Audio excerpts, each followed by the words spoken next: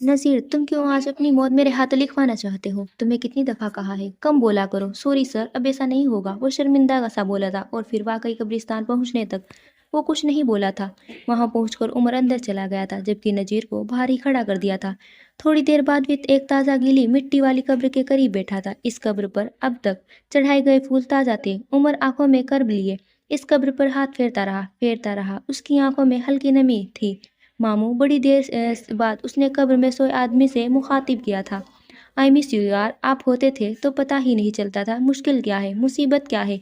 उमर को आपका बड़ा सहारा होता था, लेकिन अब सब चीज़ें मेरे हाथ से निकलने लगी है। हसन और हाले मुझसे नफरत करते हैं, सबूत मिल ही नहीं रहे, और आपसे किया वादा मैं निभा नहीं पा रहा हूँ। मैं हाले को कैसे रोकूं? उनका गम बहुत बड़ा है। आपको मुझे छोड़ना नहीं चाहिए था, मैं अकेला हो गया हूँ। हाले और हसन का तो बस बाप मरा है, शम्स सुल्तान का भाई, यूसुफ सुल्तान का बेटा। लेकिन उमर हयात का तो बाप, भाई, दोस्त, खानदान सब मर गया है। आपका जाने मेरे लिए सबसे बड़ा दुख है। लेकिन मैं आपसे वादा करता हूँ, मैं किसी एक को भी नहीं छो बख्शूंगा, किसी एक को भी नहीं। हर बार उमर से ही क्यों खानदान छीना जाए? हर बार क्यों कामयाब हो? उसने मुझे मेरे खानदान से दूर किया है, मेरी माँ को अपनी औलाद से दूर किया है, और आज उसने मेरी सब कुछ खत्म कर दिया है। ये आपकी कब्र नहीं है, ये उमर हयात के जज्बात की कब्र है। इसके अंदर एक इंसान की कब्र है। इन लोगों ने पता नहीं मुझे आपके जनाजे से दूर क्यों रखा, और आपको वारिस मैं भी हूँ। काश मैंने आपकी बात मानी होती, आप हक लिया होता। अब उसकी आंखें बंद थी। वे इस मंजर को भुलाकर 10 साल पीछे चला गया था। ये रात जालिम है और शफाक थी। उस रात उमर ने नफीसा हयात को छोड़ा था। वे अपने सफरी बैग कंधे से लगाए रात के इस पहर सड़क के किनारे बैठा था। उसकी आंखें पथराई हुई थी और चेहरे के भाव सख्त थे।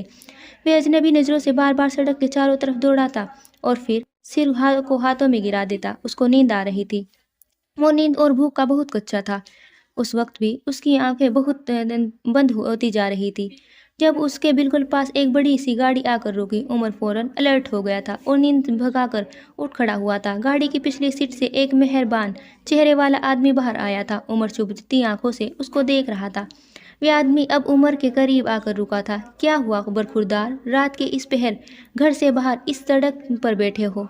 निकल गए हो या भाग कर आए हो? वे संजीदगी से और नरमी से पूछ रहे थे। उनकी आंखें उमर की आंखों से मिलती थी, संजीदा और गहरी काली आंखें। ने निकाला गया हूँ और ने भागा हूँ, ने घर छोड़ कर आया हूँ। वे छोड़ पर जोर देते हुए बोला था। अच्छा, मतलब बागी हो? फिर तो तुम्हें चाहिए कि मेरे साथ चलो। मेरे पास तुम्हारे लिए एक बेहतरीन जगह है। और आपको ऐसा क्यों लगता है कि मैं इस आदमी के साथ चला जाऊंगा जिससे मिले अभी मुझे 5 मिनट भी नहीं हुए? उसका लहजा अब मशकूक था। ठीक है, फिर तुम बताओ, तुम्हारे माँ बाप कहाँ हैं? मैं तुम्हें ले चलता हूँ, सुलह सफाई करवा दूंगा। और इस तरह रातों को घर के बाहर नहीं रहते। वे अपनायत से बोले थे। मेरे माँ बाप नहीं हैं। वे उनकी तरफ देखे भी ना बोला था। क्या यतीम हो? हाँ, शायद ऐसा ही है। वह हकलाया था। शायद क्यों? क्या तुम्हें यकीन नहीं है? गुफ्तगू अब दिलचस्प होती जा रही थी। मैं यहाँ अपनी पहचान ढूंढने आया हूँ, और शायद अपने खानदान को भी। मुझे नहीं पता मैं यहाँ क्यों आया हूँ। वे झुंझला सा गया था। आज के बाद तुम्हें सब पता हो जाएगा। मेरे साथ चलो। मेरे पास तुम्हें देने के लिए छत भी है और तुम्हारी पहचान ढूंढने के लिए ताल्लुकात भी। यकीन करो, तुम सेफ रहोगे। मैं कराची का सबसे अच्छा आदमी हूँ। आखिर में उनका लहजा ज़रा मजाकिया हुआ था। मैं आप पर भरोसा नहीं कर सकता, इसलिए मैं आपके साथ नहीं जाऊँगा। मैं अपने दम पर अपना ख़ानदान ढूंढ लूँगा। उसका लहजा दो टुक था।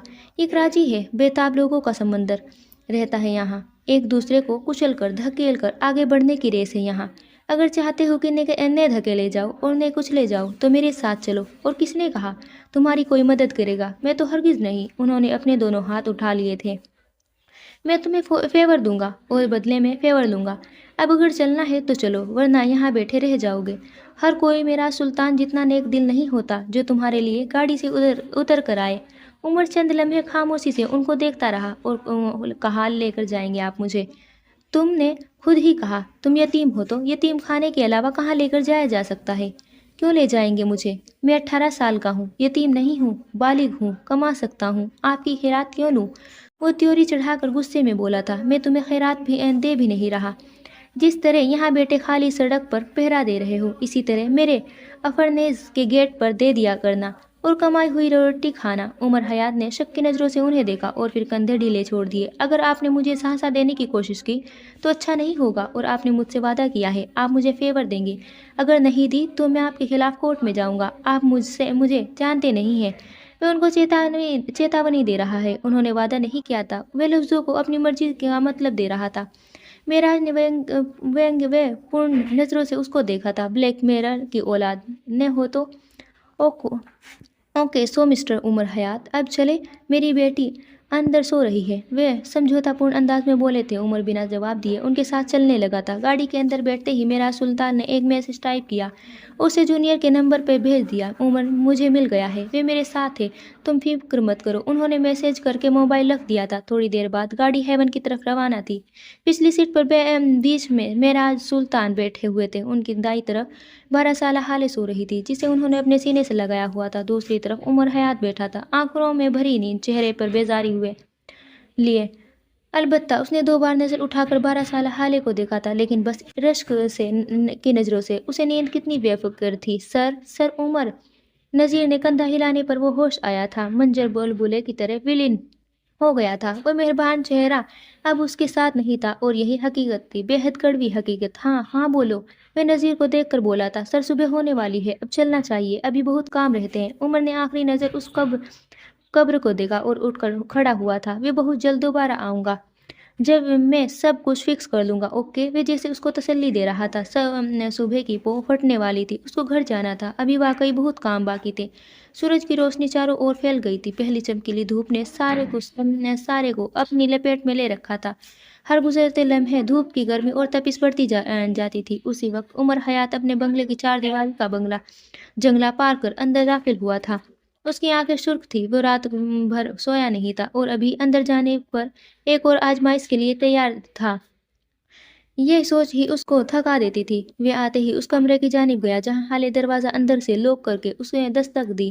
1 بار 2 بار 3 بار، اور پھر آواز لگائی، 1 بار 2 بار 3 بار۔ اب جواب نادرد ہونے کے کارن وہ پریشان ہوا تھا، اور بلند آواز میں حالے کو پکارتا زور زور سے دروازہ بجانے لگا۔ لیکن اندر سے کوئی جواب نہ پا کر وہ بھاگ کر کمرے کی دوسری چابی لے کر آیا اور کانپتے ہاتھوں سے لوک کھولا۔ جیسے ہی دروازہ کھلا اس کا دل ڈوبنے لگا۔ حالے فرش پر گری ہوئی تھی، ایسی کی ٹھنڈک سے کمرہ برف جیسا ہو رہا تھا۔ وہ پاگلوں کی طرح اس کی طرف لپکا۔ حالے کے ہونٹ نیلے پڑ رہے تھے اور اس کا شریر تیز بخار سے تپ رہا تھا۔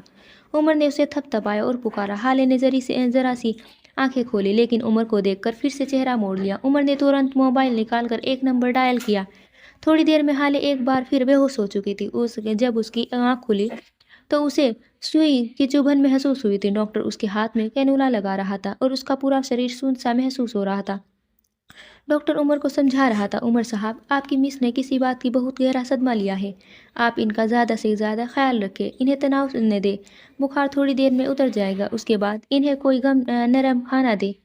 انہوں نے یقیناً کل سے کچھ نہیں کھایا ہے، جس کی وجہ سے بہت کمزوری آ گئی ہے، اور اسی کارن وہ بے ہوش ہوئی تھی۔ اگر کچھ اور سمسیا ہو تو مجھے کال کیجیے گا۔ عمر نے ان کا شکریہ ادا کیا تھا اور ان کو دروازے تک چھوڑ کر آیا تھا۔ تھوڑی دیر بعد حالے کو ہوش آ گیا تھا۔ شانو ملازم اس کے پاس بیڈ پر بیٹھی اس کو چمچ کے ساتھ سوپ پلا رہی تھی۔ حالے خاموشی سے پی رہی تھی۔ اس کا رنگ زرد تھا، آنکھیں سوجی ہوئی تھی، سرخ بھورے لمبے بال کندھوں پر پھیلے ہوئے تھے۔ وہ 2 دنوں کی بھوکی تھی، اس وقت وہ کچھ بھی کھا لیتی۔ بھوک ایسی چیز ہے جو غم یا خوشی نہیں دیکھتی۔ عمر دروازے کی اوٹ سے کھڑا اس کو دیکھ رہا تھا۔ کیمرے سے جو کچھ اس کو ملا تھا اس نے عمر کے حواس سن کر دیے تھے۔ وہ یہ سب کچھ حالے کو کیسے دکھائے گا؟ اسی وقت حالے نے اس کو دروازے کی اوٹ میں کھڑے دیکھ لیا تھا۔ تبھی اس کی آنکھوں میں نفرت بھرنے لگی۔ اس نے شانو کا بڑھا ہوا ہاتھ پوری طرح جھٹک دیا تھا۔ نکل جاؤ یہاں سے، وہ شانو کو دیکھے بغیر بولی تھی۔ اس کی نظریں اب بھی عمر پر جمی تھی۔ بی بی جی، تھوڑا سا سوپ پی لے، اب آپ بہتر ہو جائے گی، وہ وینتی سے بولی تھی۔ میں اگر ایک بار کہہ دوں تو چلی جایا کرو، مجھے ملازموں پر چلانا پسند نہیں ہے، وہ ایبس کے نرمی سے بولی تھی۔ شانو خاموشی سے برتن سمیٹتی چلی گئی تھی۔ عمر اب دروازے کی چوکھٹ پر کھڑا، سینے پر ہاتھ باندھے، نرمی سے نظروں سے حالوں کو دیکھ رہا تھا۔ مجھے سسپینڈ کر دیا گیا ہے، آپ نے کل جو بیان دیا اس کی وجہ سے اب مجھ پر انکوائری بیٹھے گی، اور پھر شاید تب ہی میں بحال हो सकूं। उसके लिए लहजे में कोई दुख नहीं था, वह बस संजीदगी से बता रहा था, मुझे तुम्हारी शक्ल देखने का और तुम्हारी आवाज़ सुनने का कोई शौक नहीं है। मेरे सामने कम से कम आया करो, जब तुम्हें देखती हूँ तुम्हें कत्ल करने का इरादा मजबूत हो जाता है। आपके वालिद साहब जज थे ना? वो उसको देखते उसके करीब आता कह रहा था, आपको इतना तो पता ही होगा कि किसी को सजा सुनाने से पहले उसको सफाई का मौका दिया जाता है, उसके खिलाफ सबूत देखे जाते हैं, उसके खिलाफ गवाहियाँ ली जाती है, फिर कहीं जाकर उसको मुजरिम करार दिया जाता है। आप अब बताएं, आपके पास क्या सबूत है? कौन सी गवाही है? क्या चीज़ मुझे मुजरिम साबित करती है? वो सुकून से पूछ रहा था। हाले बिस्तर से उठी थी, नकाहत और दर्द की वजह से उससे खड़ा नहीं हुआ जा रहा था। सर बुरी तरह घूम रहा था, लेकिन वे अपने पैरों पर जोर दिए खड़े रही। वे अब उसके बिल्कुल सामने खड़ी थी, बाजू सीने पर लपेटे, आंखों में चुभन लिए। मेरी शादी से कुछ दिन पहले तुम मुझे प्रपोज करते हो, फिर अचानक मैं अपनी शादी की रात पार्लर से अगवा हो जाती हूँ, और सीसीटीवी फोटोज में भी और किसी जगह भी कोई सुराग नहीं मिलता। मेरी फैमिली को अस्पताल का इजाज़तनामा, हमारी तस्वीरें और ये वीडियोस उसूल होती है, जो कि मेरे लिए विवाहित है। और उन सब तस्वीरों और वीडियोस में मैं तुम्हारे साथ हूँ। सुबह को मैं तुम्हारी गाड़ी के डिक्की में अधमरी सी पड़ी होती हूँ, और वे गाड़ी तुम्हारे घर में होती है। तुम सारी रात मंजरे गायब होते हो। ये सारा काम इतनी परफेक्शन से होता है कि किसी को एक सुराग नहीं मिलता। तुम्हारे अलावा इतनी परफेक्शन से कौन काम कर सकता है? तुम अगर ये कहोगे कि मेरी चाची, तो तुम झूठ बोलोगे। वे इल्ज़ाम लगा सकती है, मेरे अगवा का प्लान भी बना सकती है, लेकिन वे क्रिमिनल नहीं है। वे ज़्यादा से ज़्यादा किसी गुंडे को हायर कर सकती है, और गुंडे मवाली ऐसे परफेक्ट काम नहीं करते। वे सते हुए चेहरे के साथ बोलती उसके सामने से हटी थी और बाहर जाने को कदम मोड़े थे, जब उसके पीछे से उमर की आवाज़ बुलंद होती महसूस हुई थी। आप कहाँ जा रही है? हाले दरवाजे के चौखट पर रुक गई थी। तुम्हें यह हक किसने दिया कि तुम मुझसे सवाल जवाब करो? तुम्हें क्या लगता है तुमने मेरे साथ जो कुछ भी किया है मैं माफ़ कर दूंगी? मैं तुम्हें थाने जा रही हूँ। पहले तुम पर अगवा की FIR करवाऊंगी, और फिर इसके बाद तुम पर खुला का केस दायर करूंगी। मैं तुमसे घर की चारदीवारी में तलाक ले सकती हूँ, लेकिन उसमें मज़ा नहीं आएगा। आखिरकार को तुम्हें भी वही जिल्लत झेलनी चाहिए जो मैंने झेली है। ये सब मैंने तुम्हें इसलिए बता रही हूँ क्योंकि मुझे पीछे से हमला करना पसंद नहीं है। मैं कल रात अस्पताल गया था, मुझे वहाँ से कुछ मिला है। उसके बाद का जवाब दिए बगैर बोल रहा था, कुछ ऐसा जिसके बाद आपके पास मुझसे ज़्यादा बड़े दुश्मन हो गए, जिसके बाद आप खुद पर की गई इजाज़तें भूल जाएगी। आपको चाहिए कि एक बार देख ले। वे कभी भी ये बात नहीं करता अगर उसको हाले के चले जाने का खौफ में होता। हाले उसकी बात नज़रअंदाज करती आगे बढ़ने लगी। जब उमर ने एक बार फिर आवाज़ लगाई थी, आपके बाप को कत्ल किया गया है। हाले वे बुलंद आवाज़ में बोला था। हाले जहाँ थी वहीं रुक गई, स्थिर, हैरान, सुन। वे फटी फटी नज़रों से उमर को देख रही थी। शौक, बेयकीनी, सदमा क्या था जो उस वक्त उसकी आंखों में नहीं था? तुम ऐसा कैसे कह सकते हो?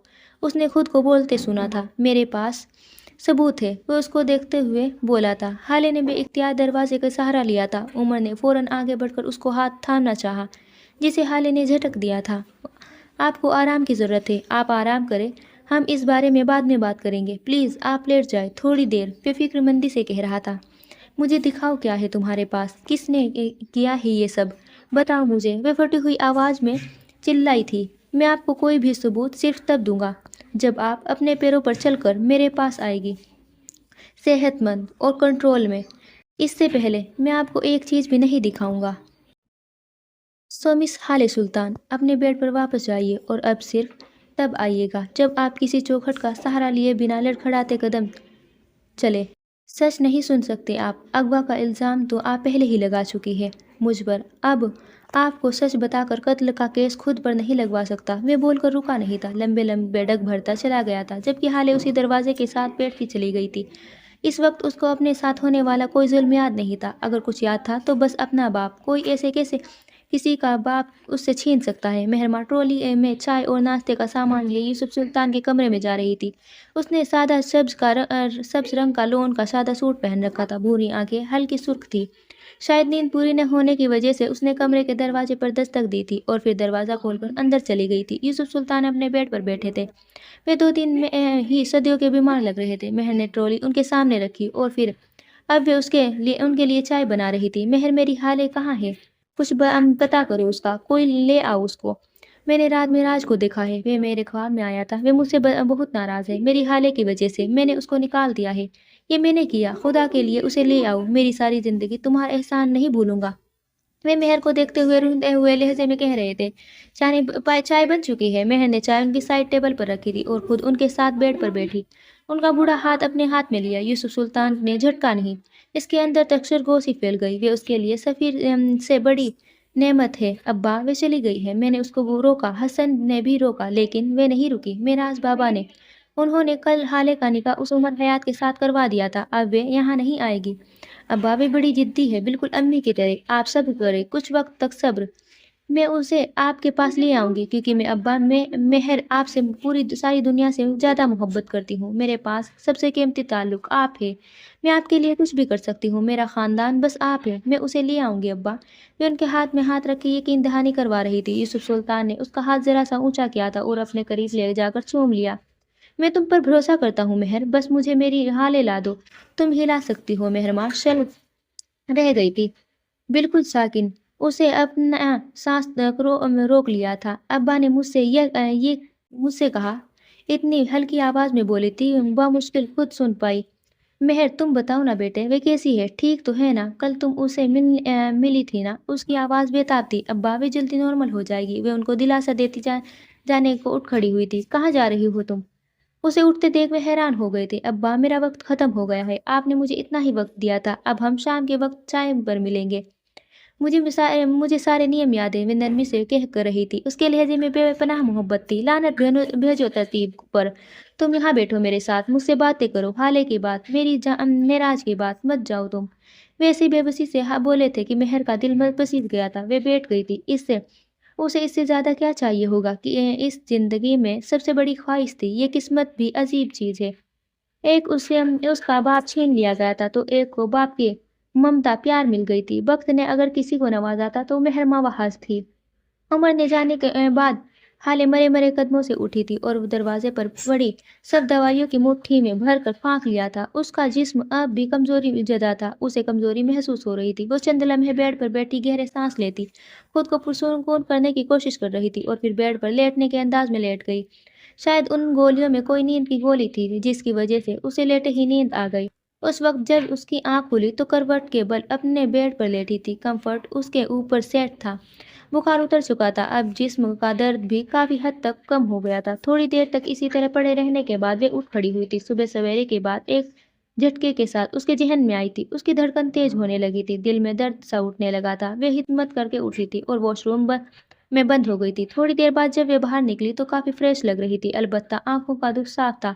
وہ کمرے سے نکل کر نیچے چلی گئی تھی۔ شانو سے کمرے کے عمر کے بارے میں پوچھا تو وہ چھت پر بیٹھا تھا۔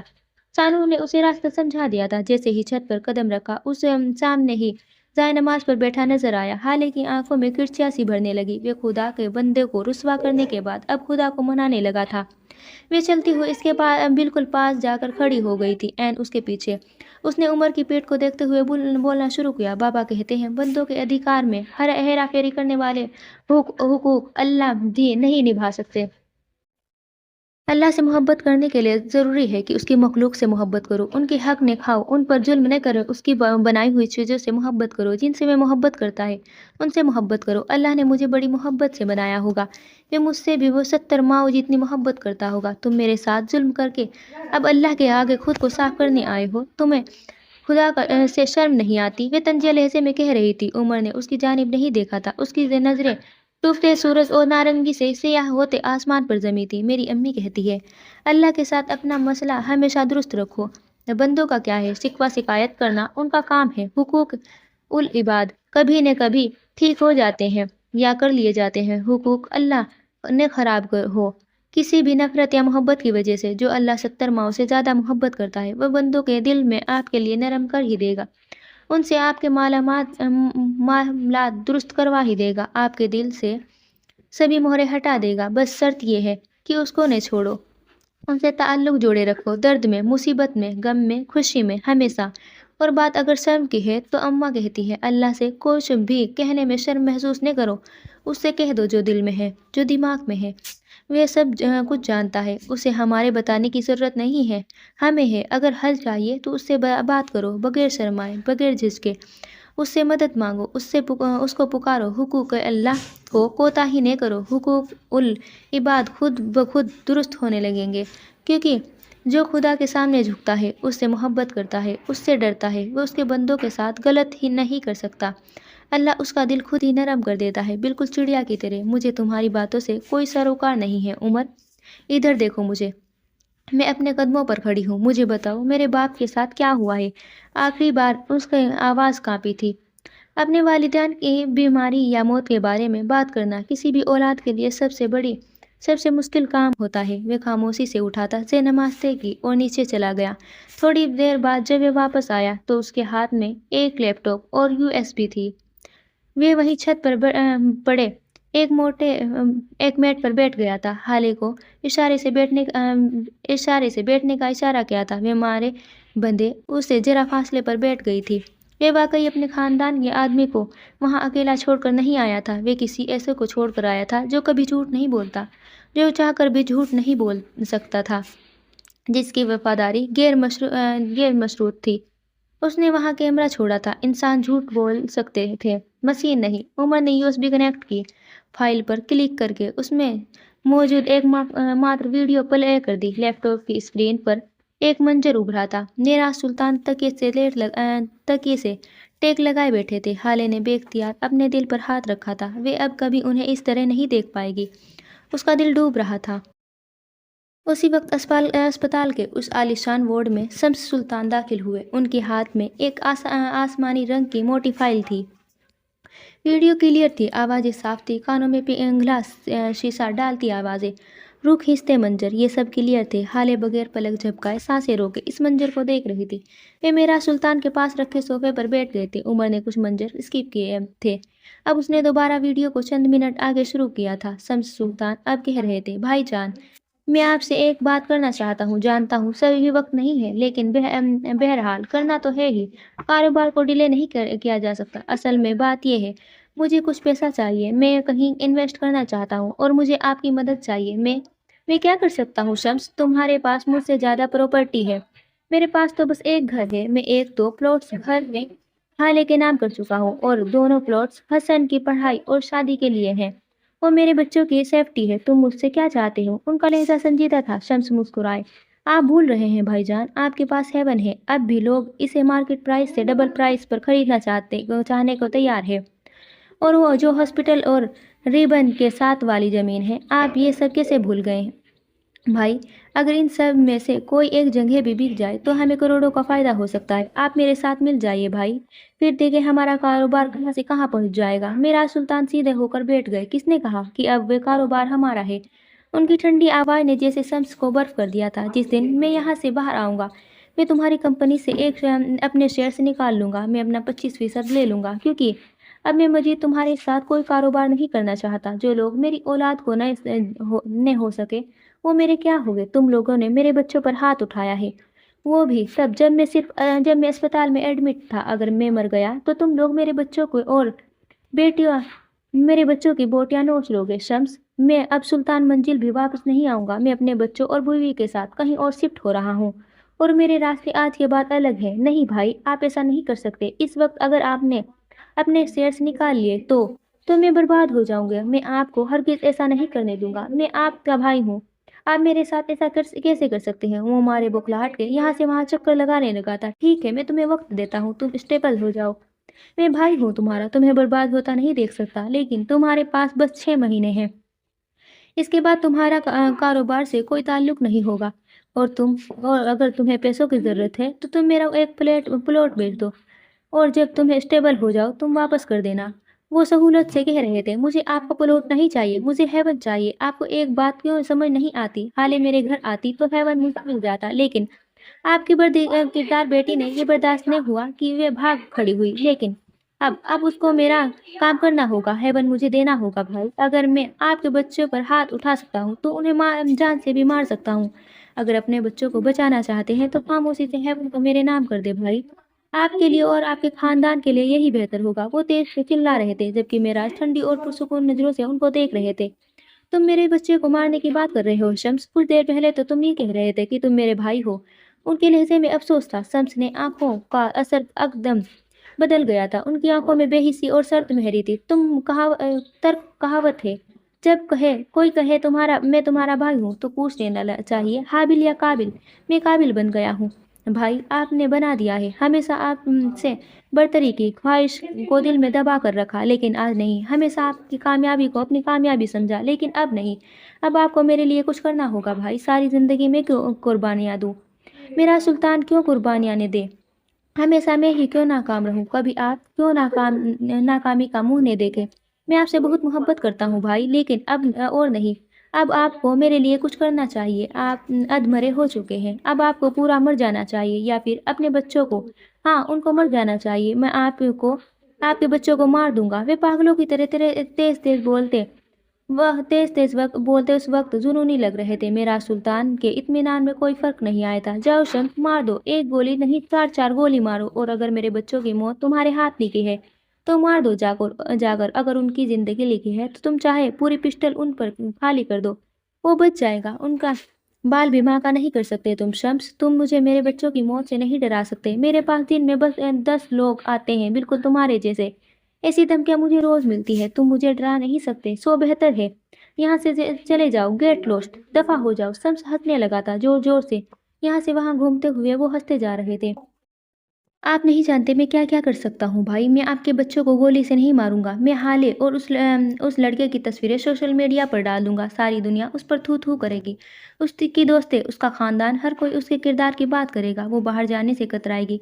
उसकी शख्सियत खराब हो जाएगी। आपकी बेटी जीते जी मर जाएगी। जिल्लत से बड़ी मौत कोई नहीं होती। आपका बेटा हर रोज आपकी बहन को देखेगा तो उसको सब कुछ याद आएगा। उसके दोस्त, उसका सर्कल, हर कोई उसे तंजिया नजरों से देखेगा। हर कोई उसकी बहन से बात करेगा। पहले वो डिफेंड करेगा, फिर गुस्सा करेगा, और फिर एक दिन वो इन सब से तंग हो जाएगा। वो सोशल होना छोड़ देगा, वो कॉलेज छोड़ देगा, वो अपनी बहन से लड़ेगा, खुद से मुंह छुपाएगा। वो डैमेज हो जाएगा भाई। और इससे बड़ी मौत कौन सी होगी? वो हंसे थे, जहरखंद हंसी। आपको चाहिए कि हेवन को खामोशी से मेरे नाम कर दे भाई। आपको चाहिए कि अब आप कुर्बानी दें, या तो अपने बच्चों की या फिर अपनी जायदाद की, क्योंकि अब सब सुल्तान को कोई नहीं रोक सकता। मैं काबिल बन गया हूँ भाई। अब आपको फैसला करना होगा कि आज काबिल के हाथों किसकी मौत होगी। अगर आपके बच्चों की नहीं हुई तो वे रुके थे बस एक लम्हे को, तो आपकी मौत होगी भाई। मैं आपको मार दूंगा, लेकिन हेवन को नहीं छोड़ूंगा। मेरा सुल्तान ने शक की नज़रों से शम्स को देखा था। मैं तुम्हारा भाई हूँ शम्स। वे एक एक लफ्ज़ पर जोर देकर बोले थे। तुम मुझे मार दोगे? तुम मेरे बच्चों को मार दोगे? तुम क्या बन रहे हो यार? क्या हो गया है तुम्हें? हम दोनों के दरमियान ऐसा क्या हो गया है? तुम मेरे भाई हो शम्स, मेरा वारिस। तुम मुझे दो, मुझे मार दो, मुझे फ़र्क नहीं पड़ेगा। लेकिन तुम बर्बाद हो जाओगे। तुम्हारा सुकून खत्म हो जाएगा। तुम्हारी नींदें उड़ जाएगी। गिल्ट तुम्हें मार देगा। मुझे मारकर अपने साथ जुल्म मत करो। मेरे बच्चों के साथ जुल्म मत करो। हसन बहुत छोटा है। हाले के बगैर मेरी सांसें उखड़ती है। अपने और मेरे साथ जुल्म मत करो। हर जुल्म का बदला देना पड़ता है। ये मत करो मेरे भाई। मेरी बात सुनो। तुम्हें पैसे चाहिए तो मेरा 25% ले लो। मैं ये मौत के डर से नहीं कह रहा। मैं अपने भाई को गुनाह से बचाने के लिए कह रहा हूँ। तुम मेरे प्लॉट्स बेच दो, मेरा घर बेच दो। मैं तुम्हें ह्यून भी दे देता हूँ। खुदा की कसम मैं दे देता। लेकिन मैंने मस्जिद में बैठकर अपने खुदा से वादा किया था कि मैं हेवन प्रोजेक्ट को कभी भी अपनी जाति मुफायदा के लिए नहीं इस्तेमाल नहीं करूँगा। कोई मोहब्बत, कोई चाहत, किसी भी जज्बे को खुद पर हावी नहीं करने दूंगा। मैं खुदा के साथ किया वादा नहीं तोड़ सकता, और तुम्हें खुद के साथ और अपने साथ जुल्म करने नहीं दे सकता। मेरे भाई, खुद के साथ जुल्म मत करो। काबिल मत बनो। वे उनको देखते हुए नरमी से कह रहे थे। उनके लहजे में भाई के लिए मोहब्बत थी, फिक्र थी, खुलूस था। शम्स ने चंद लम्हे उनको देखा था, उनको सुना था, देखा था। उसकी अब बातें अपने जहन में जब्त करने की कोशिश की थी, लेकिन नहीं, अब नहीं। उन्होंने जोर जोर से अपनी गर्दन इनकार में हिलाई थी। आपकी जज्बाती तकरीर मुझे प्रभावित नहीं कर सकती। मैं एक मशीन हूँ, एक रोबोट। मेरा मकसद बस पैसा है। मेरा इश्क, मेरा जुनून बस पैसा है। इसी लफाजियों ने कई साल पहले ही मुझ पर असर अंदाज होना छोड़ दिया था। मेरे सीने में कोई दिल नहीं है जो पिघल जाए। आप मुझे नहीं रोक सकते भाई। आपने हमेशा अपनी इन्हीं बातों की वजह से मुझ पर बर्तरी हासिल की, मुझे से बेहतर पाया। मैंने सब कुछ बर्दाश्त किया। क्या आपको हक पहुँचता है कि आप मुझे हजारों लोगों के बीच खड़े होकर थप्पड़ मारे? मैं कितने दिन शर्मिंदा रहा, आपको अंदाज़ा है? आपने मुझसे माफ़ी तक नहीं मांगी भाई। हमेशा आपने हमेशा मेरे साथ यही किया, खुद को बेहतरीन साबित किया और मुझे लूज़र मुझे फेलियर। उन्होंने अपनी पेशानी पर हाथ पसीना साफ़ किया था। आज नहीं, आज मैं उस आपकी बात नहीं सुनूँगा। मैं आपको बस एक काम करना है, बस एक। उन्होंने लपक कर वो आसमानी फ़ाइल उठाई थी और मेराज ने बिल्कुल सामने जाकर खड़े हो गए थे। इस फ़ाइल पर साइन कर दें भाई, आपको करना होगा क्योंकि अब आपके मुझे नहीं रोक सकते। आपको चाहिए अब घर बैठना चाहिए। वैसे भी आपकी बेटी ने जो कुछ भी किया है उसके बाद सारा शहर हम पर थू-थू कर रहा है। बस आप साइन कर दें प्लीज़। वे उनके हाथ में ज़बरदस्ती पेन थमाते हुए कह रहे थे। ये किस चीज़ के पेपर है? उनके सुकून में रत्ती बराबर फ़र्क नहीं आया था। शम्स दिल खोल कर मुस्कुराए थे। इन पेपर्स में साफ-साफ लिखा है कि आप मेरा सुल्तान, आप हेवन प्रोजेक्ट मुझे यानी शम्स सुल्तान को बेच रहे हैं और इसके बदले में कंपनी में 25% शेयर्स खरीद रहे हैं। मैं जानता हूँ मेरी कंपनी में 25% शेयर्स की वैल्यू बामुश्किल आपके ह्यूमन प्रोजेक्ट की कीमत के 40% के बराबर हो जाएगी। आपकी प्रॉपर्टी ज़्यादा कीमती है, वे हीरा है और आप उसको करोड़ों के दाम बेच रहे हैं। लेकिन हम तो भाई हैं ना, आखिर में तंजी अंदाज में हंसे थे। साइन करे भाई, साइन। अब मेराज ने के चेहरे पर बेचैनी फैली थी। ये झूठ है, बिल्कुल झूठ, बकवास है ये। वे 25% खरीदे हैं। मैं तुम्हें पे कर चुका हूँ शम्स, तुम झूठ बोल रहे हो। मैंने तुम्हें रकम दी थी, मैंने अपने सेंट्स दिए थे। ये बकवास है, झूठ से। उनकी आवाज़ हकलाने लगी थी। शम्स ने मजाकिया नज़रों से उनको देखा था। अच्छा, क्या वाकई क्या सबूत है आपके पास कि आपने मुझसे वे शेयर्स खरीदे थे और आपने भी रकम भी अदा की थी? कोई एग्रीमेंट, कोई कागज़, कोई टुकड़ा कुछ तो होगा। कहाँ है? कुछ बताएं भाई, क्या सबूत है आपके पास? आज तक मेरी कंपनी के सब शेयर्स मेरे नाम ही हैं भाई। आपको जो 25% देता रहा हूँ उसे मेरी मदद समझ ले। और मेरा सुल्तान को उसे जैसे ट्रक ने कुचल दिया हो। वे सुन्न हो गए थे, बिल्कुल बर्फ। मैंने कहा था शम्स, हम मुआइदा कर लेते हैं, लेकिन तुमने बस रकम ली। तुमने कहा तुम मेरे भाई हो। उनकी आवाज़ टूटी फूटी थी। शम्स के चेहरे पर घिनौनी सी मुस्कुराहट आई थी। वे उसके करीब झुका, बिल्कुल कान के पास। जब कोई आपसे कहे कि मैं आपका भाई हूँ तो पहले पूछ लेना चाहिए, काबिल या हाबिल। वे उनके कानों में जहर फूंक कर पीछे हटे थे। मेरा सुल्तान का हाथ सीधा अपने दिल पर गया था। कई साल पहले जब मेरा सुल्तान ने शम्स से उसकी कंपनी, जो कि स्विस सुल्तान के नाम थी लेकिन विरासत में शम्स के हिस्से में आनी थी, अभी उसकी कागजी कार्रवाई नहीं हुई थी, उस कंपनी के शेयर्स खरीदने चाहे थे, तब शम्स सुल्तान ने उससे कोई मुआहिदा नहीं किया था, बस लफ्ज़ी बातें हुई थी और मेरा सुल्तान ने सारी रकम शम्स के हवाले कर दी थी, जिससे मिलने वाला मुनाफा 25% मेरा सुल्तान को मिल जाया करता था। मेराज के सीने में दर्द शुरू हो गया था। वे अब सीने पर हाथ रखे दोहरे हो रहे थे। उनकी सांसें उखड़ रही थी। डॉक्टर को बुलाओ शम्स, मुझे दर्द हो रहा है, बहुत दर्द हो रहा है। उमर को बुलाओ शम्स, उमर को बुलाओ, बहुत दर्द हो रहा है। भाई शम्स भाई, जाओ डॉक्टर को बुलाओ। शम्स, मेरा माल नहीं कर सकते तुम। लालची मत बनो, मेरे बच्चों का हक है ये। मेरा हसन, वे बहुत छोटा है मुझे मरने मत दो। डॉक्टर को बुलाओ। हाले का क्या होगा शम्स, मेरे बच्चे रुल जाएंगे। डॉक्टर को बुलाओ। हसन बहुत बहुत छोटा है। इन शब्दों के साथ उन्हें तेज दर्द हुआ। वे अपना सीना मसल रहे थे। उनका चेहरा लाल हो गया था और शरीर पसीने से तरबतर। शम्स भौहें सिकोड़े उन्हें देख रहे थे। आपका दामाद आ ही जाएगा भाई, लेकिन आज आपको साइन करने ही होंगे। शम्स ने उनके हाथ में जबरदस्ती पेन थमाया था और फाइल अपने हाथ में ले रखी थी। मेराज के हाथ में पेन छूट रहा था, हाथ कांप रहे थे। बार बार ना में सिर हिला रहे थे। उमर को डॉक्टर को बुलाओ। शम्स, मैं तुम्हारा भाई, तो दर्द हो रहा है बहुत, बुलाओ डॉक्टर को। लेकिन शम्स तो जैसे उसकी सुन ही नहीं रहे थे। उन्होंने मेराज के सीने पर दबाव डाला और उन्हें अस्पताल के बिस्तर पर धकेल दिया। वे अपने सीने पर हाथ रखे अधमरी हालत में गिर पड़े थे। उनकी आंखों में शक था, बेयकीनी थी, बेबसी थी, गुस्सा था। वे उठ नहीं पा रहे थे। उन्होंने खुद को आज तक इतना कमज़ोर महसूस नहीं किया था।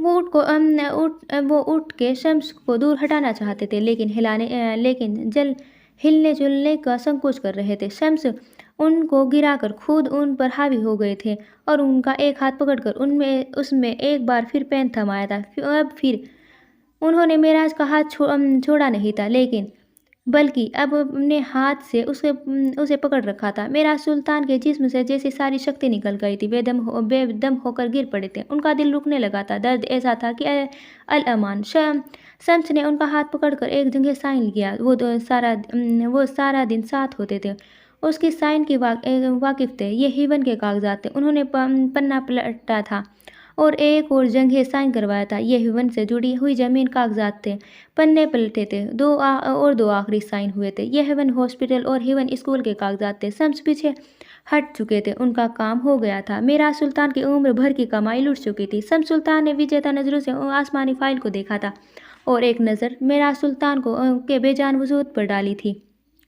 एक लम्हे को, बस एक लम्हे को उनका दिल डूबा था, लेकिन अगले ही लम्हे उनकी आंखें बेरहम हो गई थी, हर किस्म के जज्बात से खाली। उसी वक्त वीडियो बंद हो गई थी, लैपटॉप की स्क्रीन अंधेरी हो गई थी। लैपटॉप की स्क्रीन को देखती हाले कि काटो तो खून नहीं वाली स्थिति थी। वो हैरान सी बैठी थी, उसका सारा जिस्म कांप रहा था, उसकी आंखें फटी की फटी रह गई थी। वो शॉक्ड थी, उसके बाप को घेर कर मारा गया था। वो तकलीफ की इंतहा पर थी। पास बैठे उमर ने तासुरात सपाट थे, अलबत्ता उसकी आंखों का जख्मी पल दिल दहला रहा था। हाले का शौक और गिल्ट खत्म हो गया था, अब कबूल करने का मरहला था। उसने कबूल कर लिया था कि उसका बाप मर गया है। हाले की आंखों में हल्की सी नमी आई थी और फिर उसकी आंखें डबडबा गई थी और फिर एकदम उसकी आंखों से पानी का रेला सा बहने लगा। वो जोर जोर से रोने लगी, जैसे बच्चे रोते हैं। उमर उसे रोते हुए देख रहा था। उसे आज ये आंसू बुरे नहीं लग रहे थे, आज ये आंसू नेमत लगे थे। बाबा बाबा, मेरे बाबा मर गए हैं, वो मर गए हैं उमर, तुमने देखा वो मर गए हैं, उसको मार दिया गया है, हमें यतीम कर दिया गया है, मेरे भाई यतीम हो गया, मैं यतीम हो गई, मेरा बाप को मार दिया। अल्लाह, कोई ऐसा कैसे कर सकता है? कोई किसी के बाप को कैसे मार सकता है? अल्लाह, मैं कहाँ जाऊँ? मेरा बाप मर गया। अल्लाह, कोई ऐसा कैसे कर सकता है? मेरा बाप मर गया, वो तो मेरे चाचा थे, वो ऐसा कैसे कर सकते हैं? अल्लाह, वो आसमान की तरफ देखते हुए ज़ोर ज़ोर से रोती जाती और कहती जाती, मेरा दिल बंद हो रहा है अल्लाह, कोई किसी के बाप को कैसे मार सकता है? आप ऐसा कैसे होने दे सकते हैं? किसी का बाप कैसे मर सकता है? कोई आप कैसे ऐसा होने दे सकते हैं? ये जुल्म है अल्लाह, आप किसी को कैसे मुझ पर ये जुल्म करने दे सकते हैं? क्यों अल्लाह, मैं ही क्यों, मेरा ही बाप क्यों? वो चीख रही थी, वो रो रही थी, उसका बाप मर गया था। ये गम था, उसके बाप को कत्ल किया गया था। ये नासूर था और नासूर कभी ख़त्म नहीं होता। ये एक दो कमरों का छोटा सा अपार्टमेंट था। दीवारों पर जगह जगह पेंटिंग्स लगी थी, छोटा सा लाउंज और ओपन किचन, वही से ही नरमीन और नूह की सारी दुनिया थी। उनके माता पिता एक कार क्रैश में मर गए थे। तब नूह 15 साल का था और नरमीन 6 साल की। तब से लेकर अब तक नूह और नरमीन की सारी जिम्मेदारी उसके खालू फ़हीम मिर्ज़ा पर आ चुके थे। वो दोनों इस वक्त लाउंज में रखे सोफे पर बैठे चाय पी रहे थे जब डोर बेल बजी। नूह चाय के कप को मेज पर रखता दरवाजे की तरफ बढ़ा, लेकिन उसे दरवाज़ा खोलने की ज़रूरत नहीं पड़ी। याकूत अपने हाथ में मौजूद कार्ड से दरवाज़ा खोलकर अंदर आ गया था। नूह को देखते हुए उसने कार्ड हवा में लहराया था। उसने सफ़ेद सिल्क शर्ट के साथ सफ़ेद ही जीन्स पहन रखी थी। बाल जेल से पीछे जमाए हुए थे, जो काफ़ी अच्छे लग रहे थे। ब्रो, तुम्हें आने की क्या ज़रूरत थी? मेरे पास कार्ड था तो बेवजह जहमत की, उसने नकली अफसोस से कहा। नूह खामोशी से उसे देख रहा था। क्यों आए हो यहाँ? क्या काम है? उसका लहजा बेलचक था। यार, एसपी को सस्पेंड कर दिया गया है। सेलिब्रेशन पार्टी तो दे रहा हूँ, तुम्हें इनवाइट करने आया हूँ। वे दोनों चलते लाउंज में आ गए थे। याकूत एक सोफे पर धप से गिर गया था। उसके थोड़े फासले पर नरमीन बैठी थी। नरमीन एक दुबली पतली, साफ रंगत और सयाह लंबे बालों वाली खुश्क शक्ल सी लड़की थी। उसके चेहरे पर में सबसे ज़्यादा मुतासिर कुन उसकी सब्ज आंखें थीं। आंखों का ये रंग उसे अपनी माँ से मिला था, जो पक्की पठान थी। अपने पेरेंट्स की मौत का हादसा नरमीन के जहन से चिपक कर रह गया था। उसका दिमाग कमज़ोर था, वे छोटी छोटी चीज़ों से डर जाती थी। वे अपनी उम्र की लड़कियों जितनी चालाक नहीं थी, बल्कि ये कहना बेहतर होगा कि वे मासूम थी, बेहद मासूम। याकूत को देखकर उसने सलाम किया था। नूह ने नागवारी से ये मंजर देखा था। दोस्तों, ये कहानी आपको अच्छी लगे तो please like, comment, share and subscribe करना बिल्कुल ना भूलें। कल मिलते हैं एक नए पार्ट के साथ, तब तक के लिए बाय बाय।